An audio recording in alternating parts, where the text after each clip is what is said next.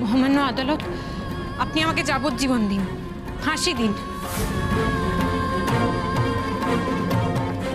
আমার যা যা শাস্তি প্রাপ্য সব দিন, শুধু বাড়ি পাঠাবেন না। ওই শাস্তিটা আমি সহ্য করতে পারবো না।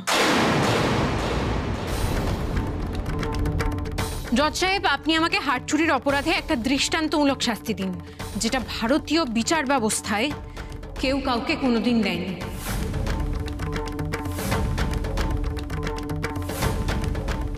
আপনি যদি খুনকে বদলে খুন, মানে হারকে বদলে ফাঁসি শাস্তি দিতে পারেন, তাহলে কিন্তু সবাই জজ সাহেব বলে জয়ধ্বনি করবে আপনার নামে।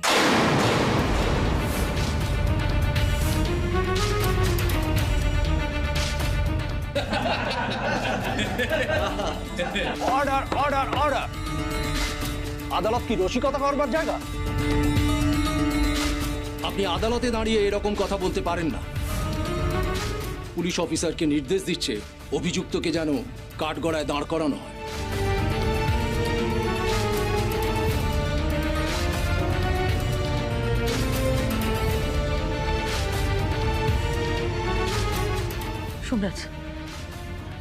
সোমরাজ তিতির এই কাজ করতে পারে না। ওর ওপরে চুরির দায়টা চাপানো হচ্ছে। তুমি বোঝার চেষ্টা করো ব্যাপারটা। এটা পুরোটাই একটা মিসআন্ডারস্ট্যান্ডিং থেকে হচ্ছে, কিন্তু তিতির যে কেন এরকম করছে আমি তিতির এরকম কেন করছে তুমিও জানো না?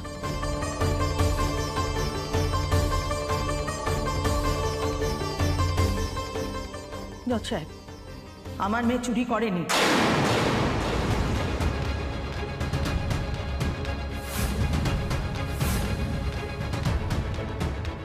আমার মেয়েরা আমার শিক্ষায় বড় হয়েছে। ওরা চুরি করতে পারে না। আমার তিতির চুরি করতে পারে না। ওরা অভাব দেখেই বড় হয়েছে জজ সাহেব। 4 বোন একটা রুটি ভাগ করে খেয়েছে, এরকমও দিন গেছে। একটা আস্ত ডিম ওদের পাতে দিতে পারিনি কোনোদিন। বিশ্বাস করুন, তাই নিয়ে ওদের কোনো অভিযোগ ছিল না। নিজের ভাগের ডিমটা তিতির আমার জন্য রেখে দিয়েছে। সেই মেয়ে কি করে চুরি করে? কি করে চুরি করতে পারে বলে আপনার মনে হয়?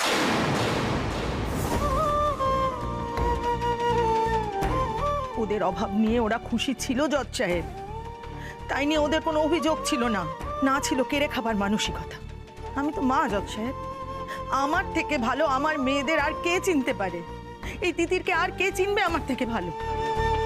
আর তুমি আমার এখানে আসতে গেলে কেন? জজ সাহেব প্লিজ, আমার মায়ের কথা আপনি শুনবেন না, প্লিজ শুনবেন না। আপনি নিজের এখতিয়ারের বাইরে কথা বলছেন। চুপ করুন। চুরির সময় আপনি স্পটে ছিলেন? আরে না, উনি ঘাটালে ছিলেন। আপনি আমাকে যতই ধমকান, যত যাই বলুন না কেন, আমাকে কথা বলতেই হবে। আপনি প্লিজ মায়েদের কথা শুনবেন না। এরকম সিচুয়েশনে মায়েদের কথা শুনলে হয় না। মানে আপনি মারা না এরকম একটা সিচুয়েশনকে না কিরকম একটা গেদগেদে ইমোশনাল করে তোলে। দেখেননি সিরিয়ালে হয় এইসব। হঠাৎ করে কোথা থেকে মা, ছোট কাকি, রাঙা পিসি, ছোট দিদিগুন সবাই মিলে চলে আসে আর এমন এমন ইমোশনাল কথা বলতে থাকে না। তারপর আপনি এইসব কথা শুনলে নিজের মতো করে ভাবতেই পারবেন না, ফেয়ার জাজমেন্ট আপনি দিতেই পারবেন না কিছুতেই। সেই জন্য আপনাকে বলছি প্লিজ আমার মায়ের কথা শুনবেন না। না এই ক্ষেত্রে না পুলিশ দুদু ভাতু এক চড় লাগাবো। তুই আমার সাথে বাড়িতে যাবি, এক্ষুনি নেমে আয় ওখান থেকে। এরপরের ডায়লগগুলো আমি বলে দিচ্ছি। কান মুলে হাতে ধরিয়ে দেব, রুটির খুন্তি আনবো নাকি, ষষ্ঠীর সকালে যেই পাখা দিয়ে হাওয়া করেছে সেই পাখা দিয়ে বিকেলবেলা দুম পিটিয়ে দিল আমার মা। এরকমই। এসব কি হচ্ছে? চর, পাখার বাড়ি, রুটির খুন্তি, এসব ভায়োলেন্স আদালতে চলে না। আন্টি আপনি একদম ঠিক বলেছেন, এভাবে হবে না। আপনি যান প্লিজ, কানটা ধরে ওকে নামিয়ে আনুন। যান। আপনার এই রোগেই ঘোড়া মরলো। ইচ্ছে তো করছে নিজেরই মারতে, কিন্তু শিবেলরিতে বাঁধছে, তাই তো? এটা কোর্ট না আপনাদের বৈঠকখানা, আমি বুঝতে পারছি না।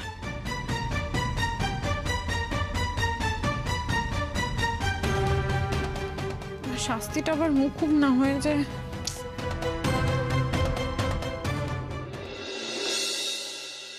উকিলবাবু, তিতিরকে ছাড়াতে পারলেন?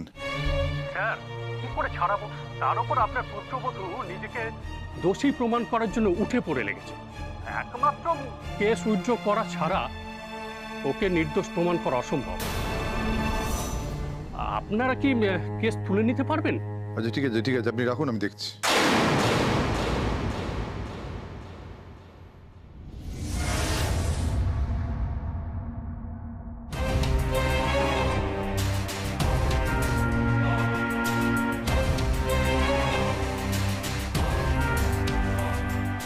ভেরি গুড, তুমি রেডি? চলো। কোথায়? কোর্টে কেস উইথড্র করবে, না হলে তো তিতিরকে বাঁচানো যাবে না। সে তো অভিমান করে উঠে পড়ে লেগেছে নিজেকে শাস্তি দিতে।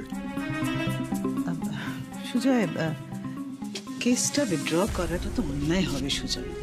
দেখো দিদি তো সত্যি সত্যি হারটা চুরি করেছে, সমস্ত প্রমাণ ওর বিরুদ্ধে। আমি তো ক্ষমা করেই দিয়েছিলাম তিতিরকে, কিন্তু সে তো নিজের জেদ ধরে ব্যানার্জি বাড়ির মান সম্মান জলাঞ্জলি দিয়ে থানায় রাত কাটালো, কোর্টে গেল। এখন আমার তো কিছু করার নেই, কোর্ট যা শাস্তি দেবে সেটা মেনে নিতে হবে সুজয়। প্লিজ আমাকে এসব নিয়ে আর ডিস্টার্ব করো না প্লিজ। মালিনী, আমি যতদূর জানি তিতির যে চুরিটা করেনি এটা আমি যেমন বিশ্বাস করি, ঠিক তেমনি তুমিও মন থেকে সেটা জানো ও বিশ্বাস করো। দেখো মালিনী, তুমি যদি ওকে আজ ছাড়াতে না যাও তাহলে তো আমাকে এটা বিশ্বাস করতে হবে যে দেবী সম্পর্কে যে ইনফরমেশনগুলো তুমি এতদিন ধরে লুকিয়ে রেখেছিলে সেগুলো কোনোভাবে তিতিরের হাতে গিয়ে পড়েছে, আর তাই তুমি তাকে চোর বানিয়ে বাড়ি থেকে দূরে সরিয়ে দিতে চাইছো।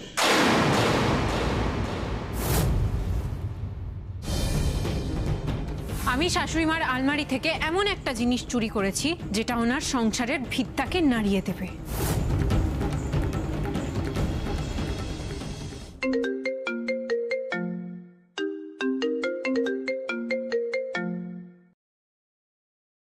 হ্যাঁ মনিকা বল।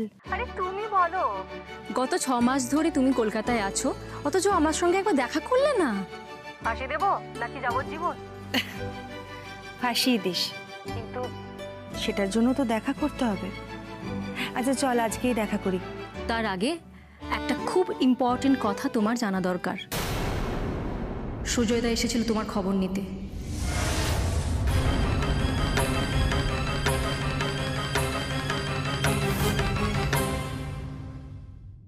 সুজয়, সুজয় তুমি কেন ভুলে যাচ্ছ?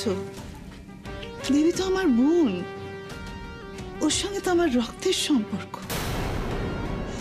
আমি তো নিজে চেয়েছিলাম যে দেবী তোমার সঙ্গে রাজের সঙ্গে সুখে থাকুক, কিন্তু ও তো নিজেই সংসারটাকে জলাঞ্জলি দিয়ে ক্যারিয়ারের জন্য সবকিছু ছেড়ে চলে গেল। আমি কি করতে পারি বলো? আমি দেখলাম যে সংসারটা, তুমি, রাজ, সবাই ভেসে যাচ্ছ। তোমাদের মুখের দিকে তাকিয়ে আমি এই সংসারের হাল ধরলাম, কিন্তু আমি কোনো দাম পেলাম না Sujoy.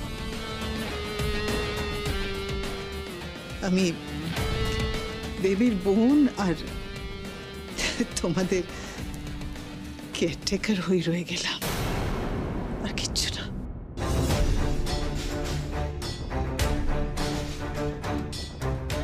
Sujoy, Sujoy please try to understand. আমি যদি দেবী সংক্রান্ত কোনো তথ্য জানতাম তাহলে সবার আগে তোমাকে এসে দিতাম। আমি কেন কোনো তথ্য লুকোবো বলো? আমি দেবীকে নিজে গিয়ে নিয়ে আসতাম। আমি তোমার কাছে কোনো তথ্য লুকোতে চাই না সুজয়, কোনো তথ্য লুকোতে চাই না। বাহ, তাহলে তো কোনো সমস্যাই নেই।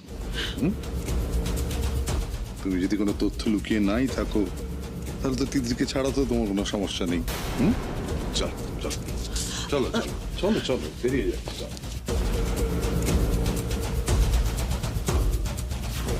সেই আমাকেই যেতে হবে, আর শক্তিদের দেখে নেব।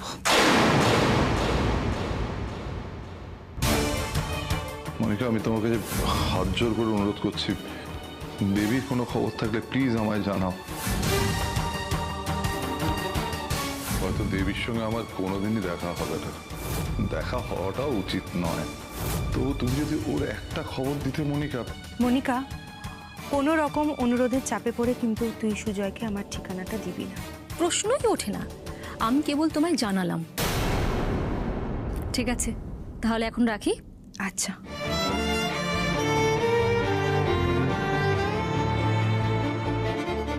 দেখি সুজয়,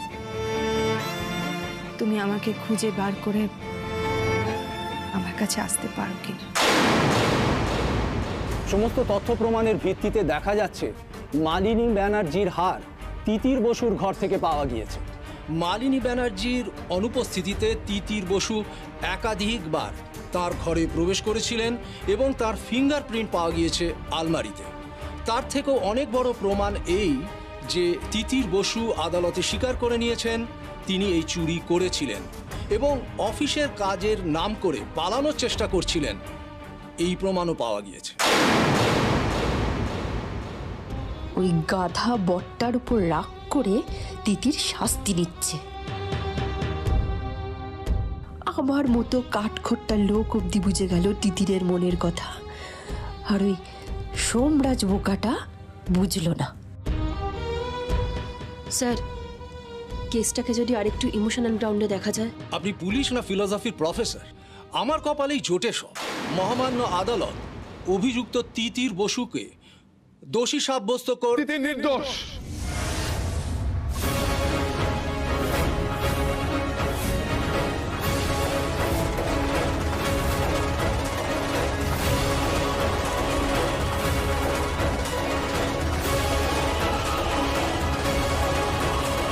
প্রমাণ আমি এনেছি।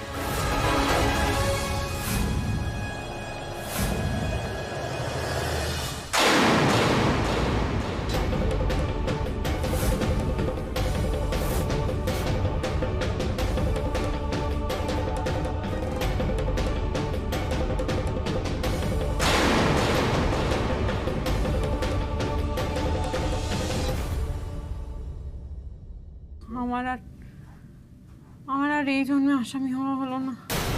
তাড়াতাড়ি বলো। আরে দাঁড়ান দাঁড়ান, আপনারা কি করছেন? আমি সুজয় ব্যানার্জি, আমার স্ত্রী মালিনী ব্যানার্জি। যে হারটা নিয়ে সংকট সেটা ওরই হার। ধর্মতার ও কিছু বলতে চায়। এভাবে আদালতে বলা যায় না, আপনারা উকিলের মাধ্যমে আসুন।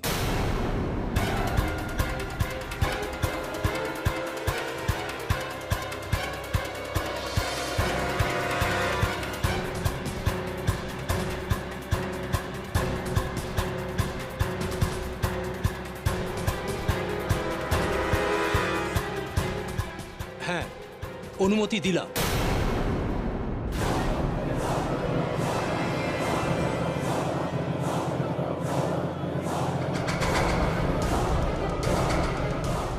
রেসপেক্টেড জজ সাহেব, এই হারটা বংশ পরম্পরায় আমাদের বাড়ির বড় বউয়েরই পাওয়ার কথা। সোমরাজের বিয়ের পর আমি এই হারটা আমার বড় বৌমা তিতিরকে দিয়েছিলাম, কিন্তু হারটা দিয়ে আমি ভুলে গেছিলাম। তিতির হারটা চুরি করেনি, ভুলটা আমারই হয়েছে, আমি ভুলে গেছিলাম।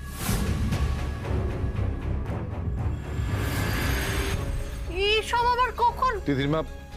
তিতিমা তুমি কথা বলো না, মালিনী তো বলছে। রেসপেক্টেড জজ সাহেব, আমার বৌমাকে ছেড়ে দিন, ও কোনো দোষ করেনি, ও হারটা চুরি করেনি, ও নির্দোষ। প্লিজ আমার বৌমাকে ছেড়ে দিন। আমি কেসটা উইথড্র করছি।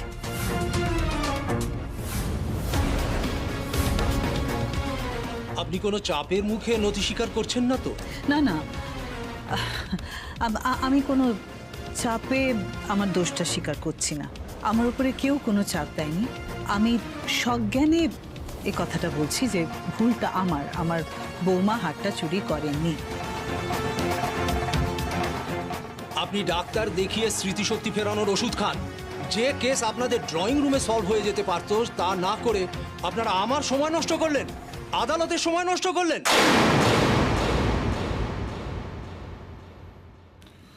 ধর্মতার আমরা সত্যি ক্ষমা প্রার্থী। My lord, we are very sorry. Actually মা তো বলছেন উনি ভুলে। কথায় কথায় মা করো না, বসো চুপ করে।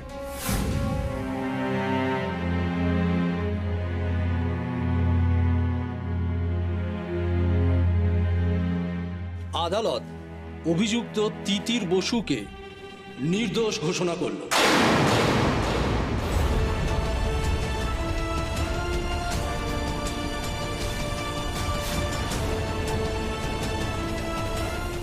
The court is adjourned for the day.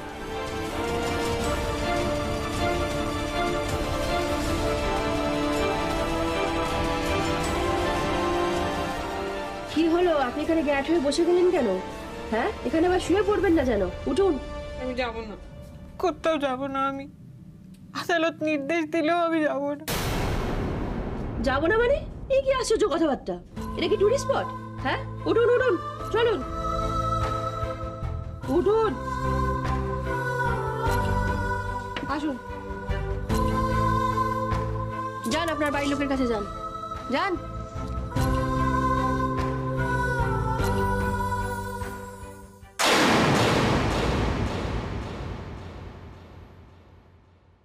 তিতির মা, তো আমি তোমাকে একটা কথা বলছি, তুমি আমাকে বকো মারো যা খুশি করো, কিন্তু বালিগঞ্জের বাড়িতে ফেরত যাবার কথা বলতে এসেছি, তাই ভেবেছিস তো? সেটা আমি তোকে বলবো না। তুই যদি বালিগঞ্জের বাড়িতে ফেরত যেতে না চাস, আমার সাথে তোকে ঘাটালে নিয়ে যাব।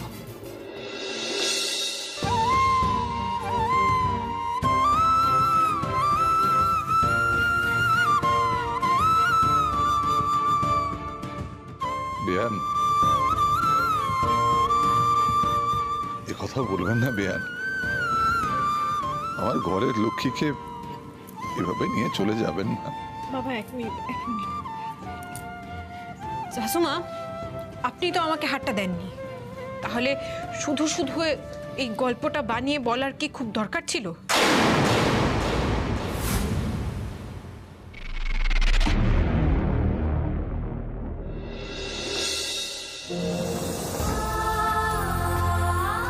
সুজয়দা এসেছিল তোমার খবর নিতে।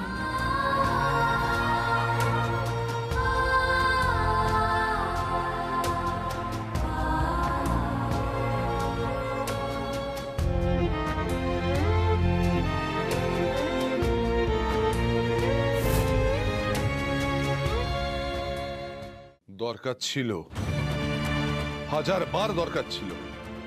যে গোলমালটা হয়েছিল সেটা সামলানোর জন্য এটা দরকার ছিল, আর গোলমালটা হয়েছিল এই গাধাটার জন্য, সোমের জন্য। You are responsible.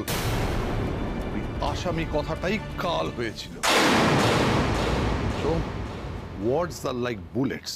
মুখের কথা আর হাতের তীর একবার বেরিয়ে গেলে সেটা ফিরে আসে না, তাই কথা বলার আগে ভেবে বলা উচিত।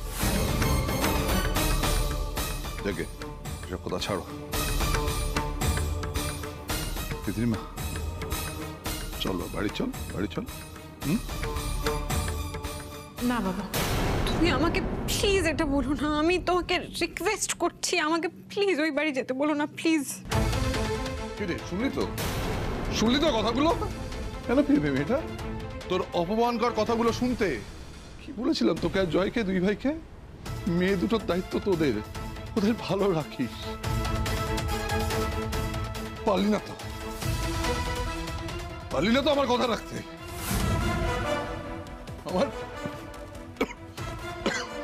আমার বাড়ির লক্ষ্মীকে জেলে যেত।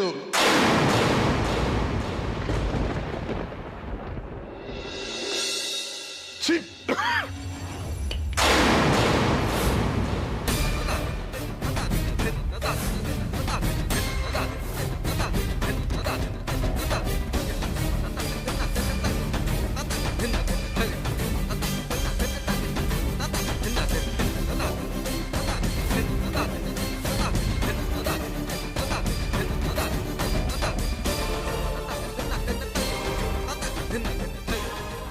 এরকম কেন হলো?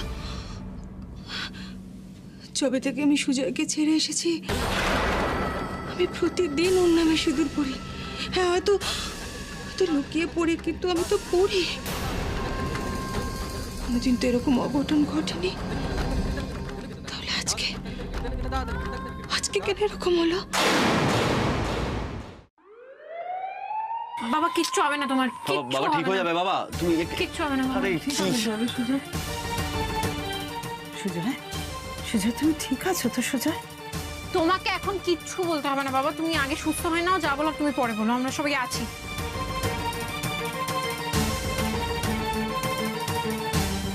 ডাক্তারবাবু, বাবা ঠিক হয়ে যাবে তো? আগে আমায় দেখতে দিন please, please, please. Emergency, emergency, quick, fast, fast.